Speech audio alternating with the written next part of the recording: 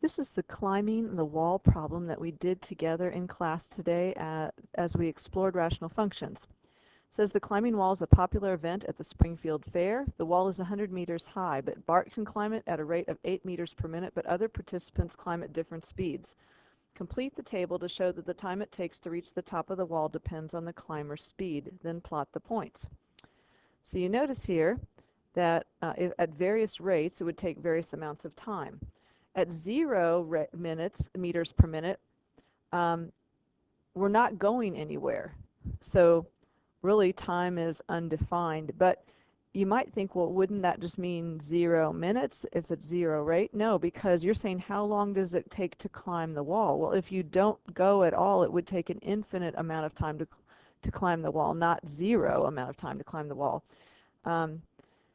If you think about it, we're actually dealing with the situation distance equals rate times time. So if I know rate, I know distance as 100, I would have to divide 100 by my rate to get my time. So I actually have this equation here, that y, or f of x, equals 100 over x. So in order to figure out the time, I have to divide the distance by the rate. So if I go 2 meters per minute, and I'm going 100 meters, then it'd take me 50 minutes to climb the wall. And so that's how we get all these numbers. It's 100 divided by the rate. And when you do this, you get this graph that's the part of the graph that's shown in black over here. Now, the part of the graph shown in blue isn't something we actually did in class, but that would be what would happen if we put in negative values for rate. Now, we'll talk about later whether that makes sense or not. But this part of the graph, the black part, is the part that we would get. So we're going to look at some characteristics of this graph. First of all, does the function have a y-intercept? Well, when you look at it, the way I drew it, it doesn't so far, but if we made x small enough, would it have a y-intercept? So let's think about that.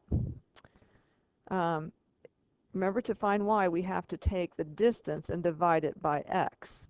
And so if we wanted to find a y-intercept, remember that x would have to be 0, but if x is 0, then we have an undefined quantity, so y cannot exist when x is 0. So that's what we talked about earlier with our first entry in the table. When we're not going anywhere, we would take an infinite amount of time. That's undefined, so we don't have a y-intercept. Basically, the graph just runs along the axis and just keeps getting more infinitely big as x gets closer to 0. What about an x-intercept?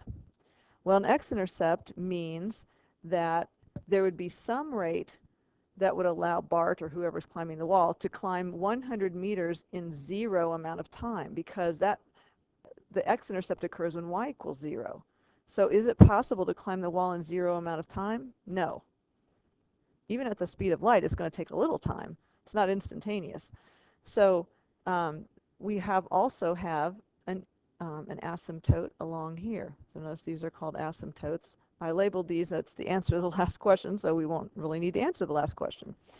What about the whole graph? You graph this, if you put in f of x equals 100 over x, this is what your graph looks like. To find the domain and range, notice that I would look and see what possible x values I have. Well, I could actually put in any positive or any negative x value here, except 0. X can't equal 0.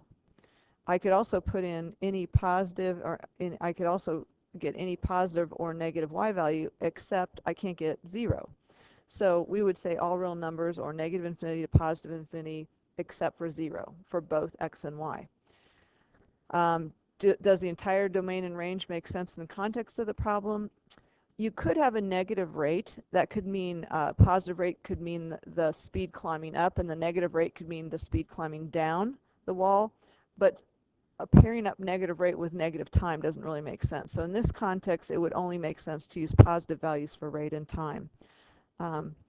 We could pair up negative rate with increasing time and basically, go back. We would have a different type of graph. It probably would not be a function. Mathematically, then, we say that x and y are asymptotes. The remainder of the worksheet then is to be done as homework, but there is a video that accompanies it. So as you go, there's periodic places marked with a star in the worksheet where it says stop and check your answers with a video. If you reach a point in the graph in the worksheet where you really just don't know how to answer a question, you can always use the video to help you get started as well.